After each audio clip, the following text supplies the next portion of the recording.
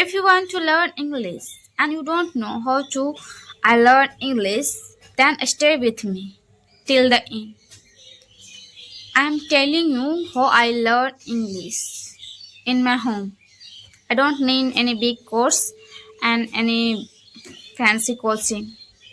So, hey everyone, I am Nigam and welcome back to Nigam English Academy. Today is day 6 of Learn English with me. And today I'm telling you how I learn English. Listen carefully. Be honestly, I never joined to coaching learn English. This is automatic. I listen, when I read, when I watch anything, my mind goes understand. I don't need teacher to learn English. I know I write English, I read English, but sometimes I don't know how to speak. I'm scared of speaking. But one thing I listen. In a video, everyone say if you practice makes perfect. If you don't practice, then you can't speak. So you need to practice English daily. Then you speak front of anyone.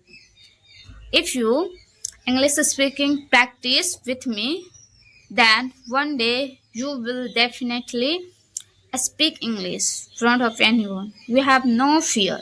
We have no hesitations. So stay with me to learn English and speak English. What I am saying, you just understand, you watch and you apply on your life. First, you listen on YouTube video.